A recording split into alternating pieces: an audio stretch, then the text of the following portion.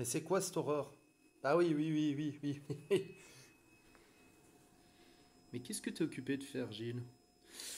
Alors, je suis occupé de copier les données de l'ECU de la moto grâce à l'interface Woolwich Racing. Donc, c'est ce petit boîtier qui est là, qui me permet de communiquer via la prise en fait diagnostic de la moto directement à l'ECU et donc de copier les données. Donc ici, je suis à 32% actuellement. Et le petit souci, vous entendez que il y a la pompe à essence qui tourne non-stop. Et comme la pompe à essence elle tourne non-stop, ben forcément, ben qu'est-ce qui se passe? C'est que ça vide la batterie. Donc j'ai mis un booster sur ma batterie pour ben, voilà, supplier un petit peu. Vous voyez que c'est du Neuroto. Hein. Et en fait, tout simplement, bah, il rouspète un petit peu. Voilà, parce que bah, voilà, c'est occupé de pomper, mais ça risque rien. C'est pas la première fois que je le fais. En fait, ce qui s'est passé, c'est qu'après mon déménagement, ben, j'ai récupéré mon PC portable et j'avais effacé toutes les données dessus. Et j'ai dû tout réinstaller et je me suis rendu compte en fait que comme un con, j'ai paumé ma sauvegarde. De plus, tout à l'heure, ça fait 2 jours que je chipote pour faire fonctionner mon interface et en fait, dans cette petite interface, il y a une pipile à papa le poupouisse. Et une pile qu'on a du mal à trouver, une CR1220. Et j'en ai trouvé une chez Mediamart, coup de chance. Donc je me suis dépêché d'aller en chercher une parce que c'était la dernière dispo, sinon il fallait commander sur internet. Donc j'ai dû remplacer la pile.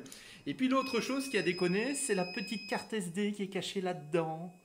Ah oui, la petite carte SD qui apparemment, je ne sais pas ce qu'il y a eu, est-ce que lors d'une de mes dernières utilisations ou quand il a voulu faire sa mise à jour parce que ça faisait longtemps que je l'avais plus utilisé, est-ce que la mise à jour a foiré? Donc bref, j'ai dû changer la carte SD. Bon, c'est pas grave, j'en avais d'autres. Et puis il faut pas un gros volume, donc c'est pas un problème. Donc maintenant, le prochain truc que je vais devoir acheter, c'est en fait une map pour celle-là. Oui, oui, pour celle-là. Je la vise bien du doigt, donc pour celle-là. Parce que tout simplement, en fait, comme ça, je vais pouvoir bah, tout simplement changer quelques petits réglages dessus. Des trucs minimes, hein, mais voilà.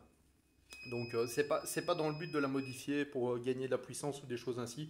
C'est faire quelques petits réglages de détails. Donc voilà. Donc sur ce, bon bah moi je vais continuer. Hein. Bon, par contre, liquide de refroidissement, je vous ai fait le... J'en ai mis 3. J'en ai mis 3. J'ai dû aller en chercher 2 autres. Mon niveau est tout juste. Donc j'étais assez étonné parce que d'habitude il y a moins de liquide de refroidissement que ça. Donc là mon niveau est tout juste. Donc là je vais devoir la refaire chauffer une fois. Parce que là j'ai une... ouais, j'ai peut-être juste la petite partie qui est ici où il y a de l'air. Donc j'ai quand même été en rechercher en suffisance. Comme ça ben, au moins j'ai du stock.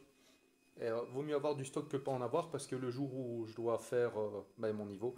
Par contre, mon niveau là derrière, il a été fait. J'ai pas remis mon bouchon. Mais voilà. Donc, ouais, ça se termine. Donc, après, filtre à huile définitif.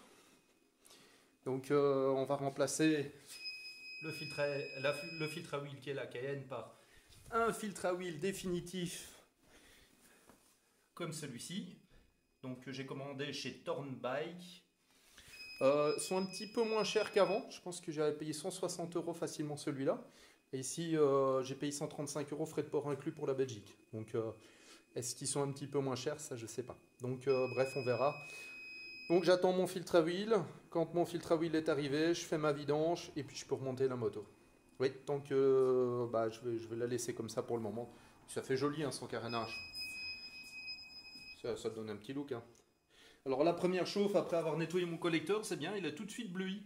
Il n'a pas aimé le nettoyage que j'ai fait. Bon, donc voilà, pourtant je l'avais bien chrome, hein, mais non. Donc voilà, ça arrive. Bon allez, sur ce, tchuss.